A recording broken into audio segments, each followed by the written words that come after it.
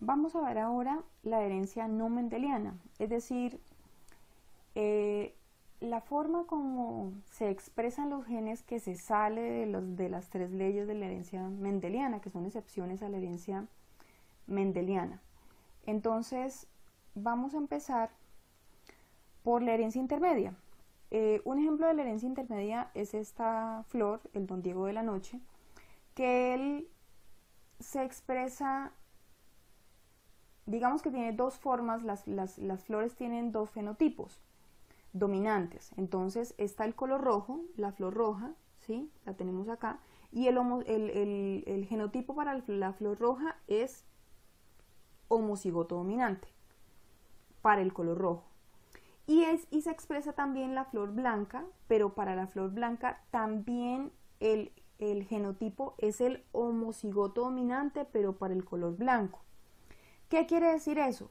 Que cuando yo hago el cruce de los dos, cuando yo hago el cuadro de Punnett y colocamos entonces por este lado el homocigoto dominante para el color rojo, recuerden que los alelos de este son el rojo y el rojo, ¿cierto? Y los alelos de este son el blanco, el B y el B. Y por este lado vamos a colocar los alelos del blanco. Entonces ponemos el B y el B. ¿Qué me da la combinación? Me va a dar R y B. Todas me van a dar R y B. ¿Qué pasa aquí? Resulta que los dos alelos son dominantes. Como los dos alelos son dominantes, pues entonces los dos alelos se van a expresar. Entonces, cuando se expresan los dos alelos me va a dar el heterocigoto. Me dio 100% heterocigoto. ¿Y cuál sería este sería el genotipo? ¿Cuál sería el fenotipo? El fenotipo serían flores color rosado. ¿Por qué? Porque se expresan las dos. Entonces, como se expresa el rojo y se expresa el rosado, pues al combinarse entonces me quedan flores rosadas. Por eso se llama herencia intermedia, porque los dos son dominantes, entonces los dos se van a expresar. Esta es una excepción de las leyes de Mendel. La siguiente, la codominancia. ¿Qué es la codominancia? Entonces, si ustedes quieren pueden expresar los genes así o los podemos expresar como los veníamos trabajando. Entonces la P pues es del plumaje, pero lo podemos colocar con N para que no se me van a confundir. Entonces N para negro, B para blanco. Cuando hago el cuadro de Punnett, ¿sí?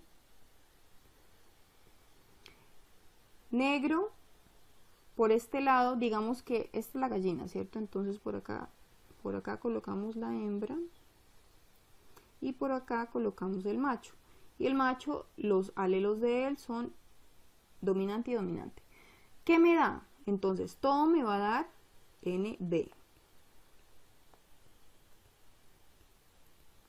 Me dio un 100% del heterocigoto. ¿Y el fenotipo cuál es? Como este gen tiene codominancia, ¿sí? Este carácter tiene codominancia, en la codominancia los alelos no se combinan, sino que los dos se expresan de la misma manera. Entonces, ¿qué quiere decir eso? Pues que me van a dar unas gallinas o unos hijos, ellos van a tener unos hijos moteados, entonces van a salir blanco combinado con negro, entonces por eso quedan así, a esto le llaman gallinas zaratanas, por eso quedan así, pintadas. Lo mismo podemos decir, por ejemplo, de las vacas, cuando combinamos, suponiendo un toro un gen que presente codominancia, que sea un toro negro con una vaca blanca, entonces me van a dar vacas pintadas de blanco de negro con manchas blancas o de blanco con manchas negras, ¿sí? Entonces en la codominancia se expresan los dos, pero de esta forma. En la anterior, en la herencia intermedia, entonces es como si se fusionaran los dos. Por ejemplo, un gato negro con un gato blanco, que sus genes para el color del pelo presenten herencia intermedia, entonces van a dar gatos grises, ¿sí? Pero entonces si es codominancia no me van a dar gatos grises, sino gatos zaratanos, por decirlo de alguna forma. Listo, entonces dominancia intermedia, codominancia. Seguimos. Alelismo múltiple o alelos múltiples. ¿Qué es eso? Que un fenotipo no está regido solamente por un alelo, sino por varios alelos, que una característica se define por varios alelos. En este caso, para el tipo de grupos de sangre, tenemos que nosotros encontramos 4 grupos de sangre. Entonces yo, por ejemplo, soy A positivo. Alguien puede ser A negativo, también está el B positivo, el B negativo, el AB positivo, el AB negativo y el grupo O. ¿Qué es eso de positivo y negativo? Es otro gen, es otro carácter, ¿sí? Que es el RH. Ahorita estamos hablando solamente del tipo de sangre que es A, B, AB u O, ¿sí? Son esos 4 tipos de sangre. ¿Y por qué se caracterizan? O digamos que cuál es el fenotipo realmente de estos tipos de sangre. Entonces, la sangre tipo A tiene unos antígenos en la parte exterior del glóbulo rojo, que son los antígenos A. ¿Sí? Y además de eso tiene anticuerpos para los antígenos B, es decir que a este tipo de sangre no se le puede dar sangre tipo B porque se muere la persona. La sangre tipo B, ¿qué pasa? Que la sangre tipo B en el exterior de los glóbulos rojos, las personas que tienen sangre tipo B tienen antígenos B en su parte exterior y ellos tienen unos anticuerpos anti-A. Por eso es que a estas personas no se les puede dar sangre tipo A porque los antígenos lo que hacen es atacar los anticuerpos lo que hacen es atacar estos antígenos y inmediatamente cuando a una persona de sangre tipo B le dan sangre tipo A, se aglutina toda la sangre y la persona se puede morir. ¿Qué pasa con las personas que son tipo AB? Pues las tipo AB, como se pueden dar cuenta, tienen antígenos A y tienen antígenos B. Como tienen antígenos A y antígenos B, pues obviamente no pueden tener ningún anticuerpo, ¿sí? Porque si no se atacarían ellos mismos. ¿Qué pasa con las personas tipo O? Las personas tipo O no tienen antígenos, ni A ni B. Entonces tienen anticuerpos A y B. Por eso a las personas tipo O no se les puede dar ninguno de estos tipos de sangre de acá porque las matan. Pero ellas pueden donar sangre para todo el mundo, ¿sí? Porque no tienen estos antígenos en la parte exterior, entonces no tienen ningún inconveniente. Si vamos ya a los alelos, si nos referimos al genotipo de estos tipos de sangre, entonces vamos a encontrar 3 tipos de alelos. El IA, el IB y el I, que es el recesivo. Estos dos de acá son dominantes. Y este de acá es el recesivo. Entonces vamos a encontrar estos diferentes genotipos para esos 3 alelos. Entonces coloquemos por acá los alelos. El IA, el IB y el recesivo. Entonces sabiendo que estos dos de acá son los dominantes y el otro pues es el recesivo, ¿cierto?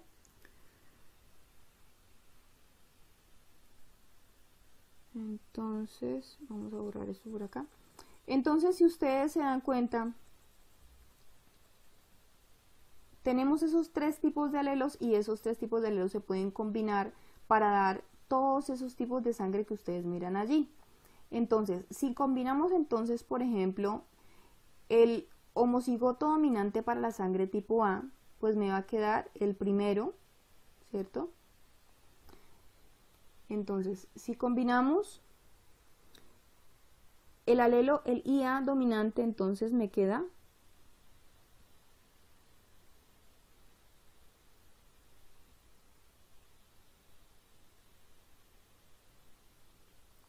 me quedaría el homocigoto dominante, ¿cierto?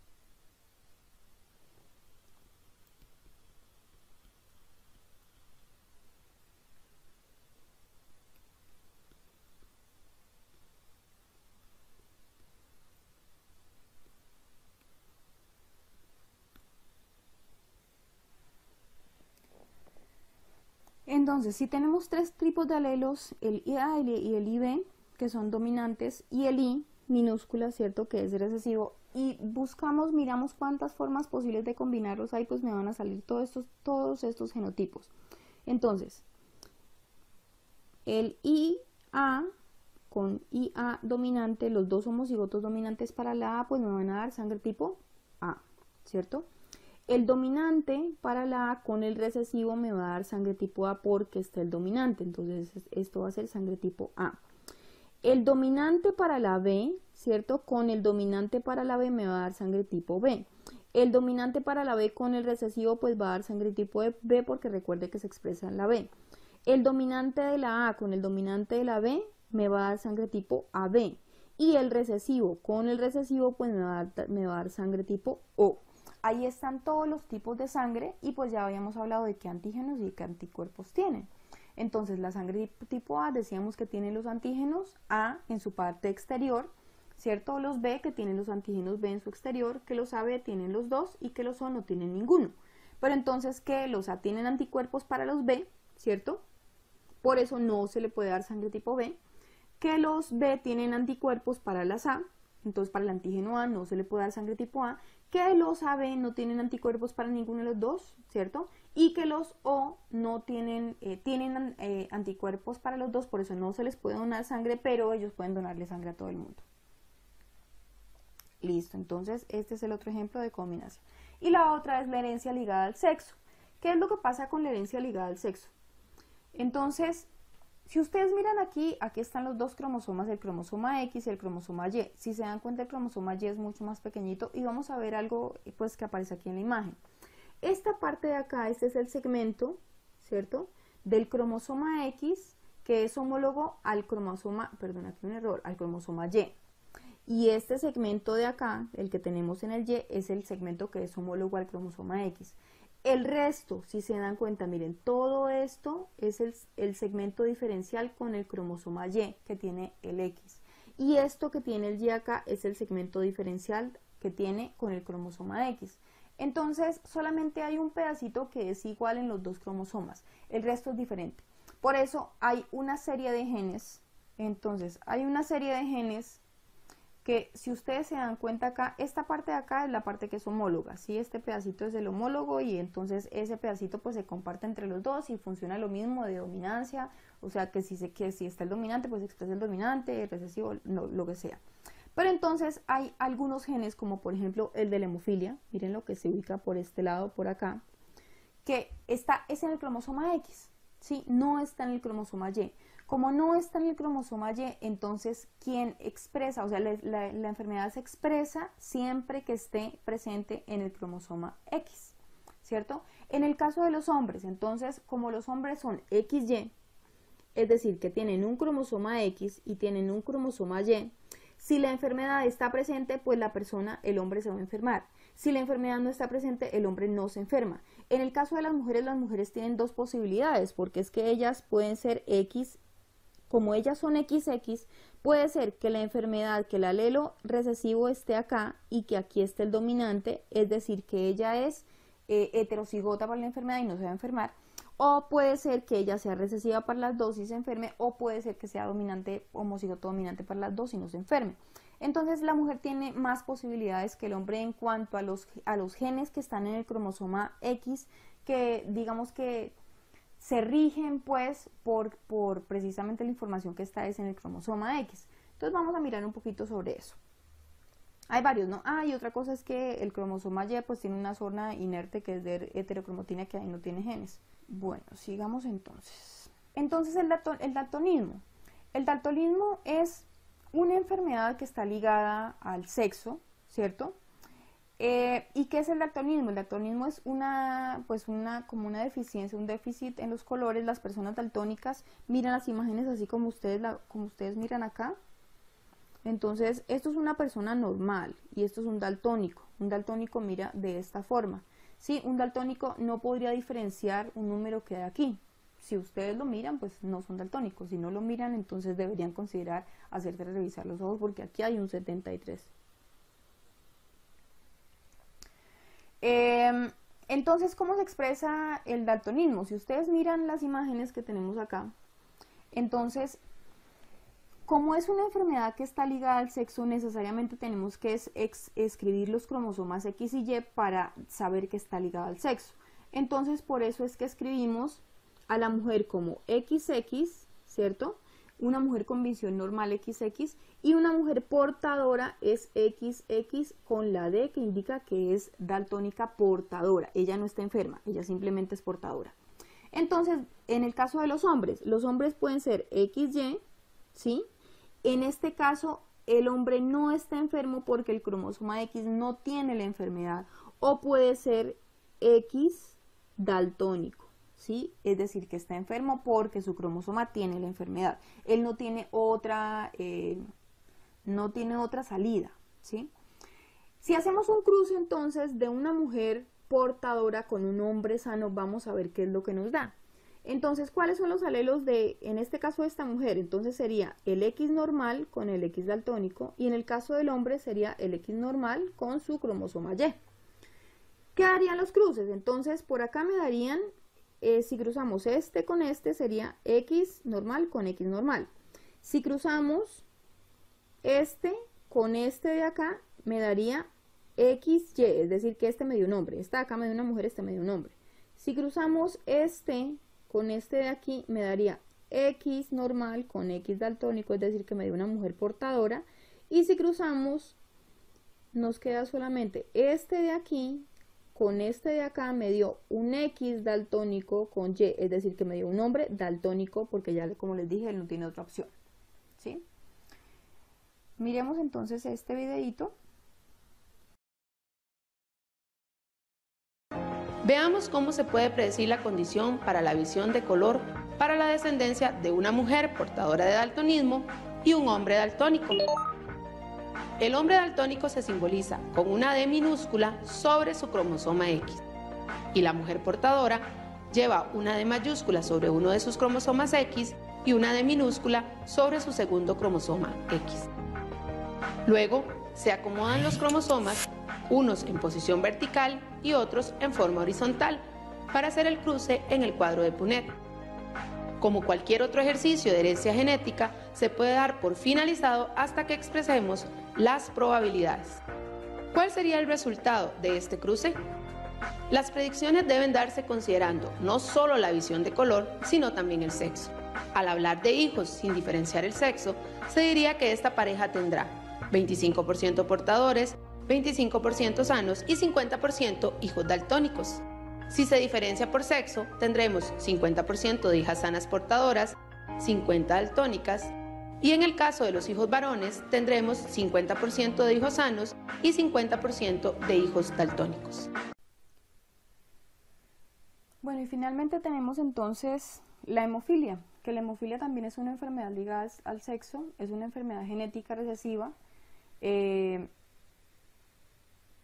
relacionada con el cromosoma X, ¿sí? Es la dificultad de la sangre para coagularse adecuadamente. Entonces ustedes pueden ver acá, lo que pasa con la hemofilia es que el proceso de coagulación no se da bien porque las plaquetas no funcionan de manera correcta. Y si el proceso de coagulación no se da bien, entonces las personas empiezan a sufrir hemorragias, porque los factores de coagulación no están funcionando bien. Entonces,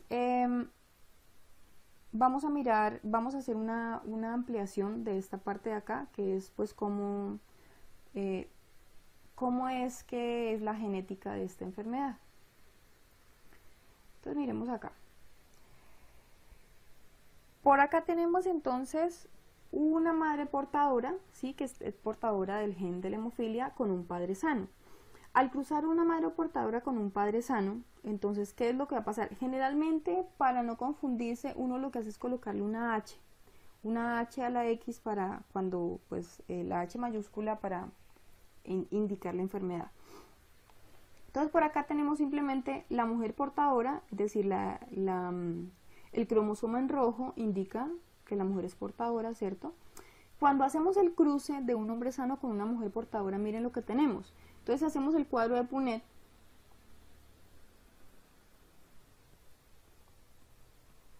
vamos a hacer el cruce en el cuadro de Punnett. Entonces por acá tendríamos, colocamos el hombre XY, el hombre sano, y por el lado de acá vamos a colocar a la mujer portadora. Entonces la mujer portadora, ¿cierto?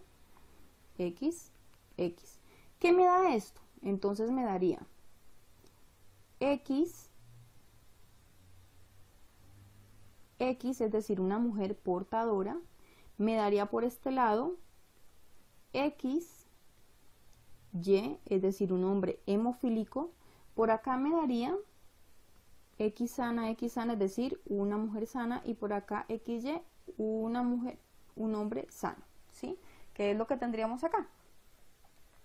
Si hacemos un cruce de un hombre hemofílico con una mujer sana, entonces, ¿qué me daría según el cuadro de Punnett? ¿Cuáles serían las probabilidades?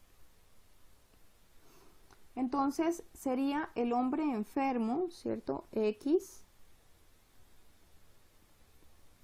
con una mujer sana. X. Entonces me daría, empezaríamos por una mujer portadora, ¿cierto?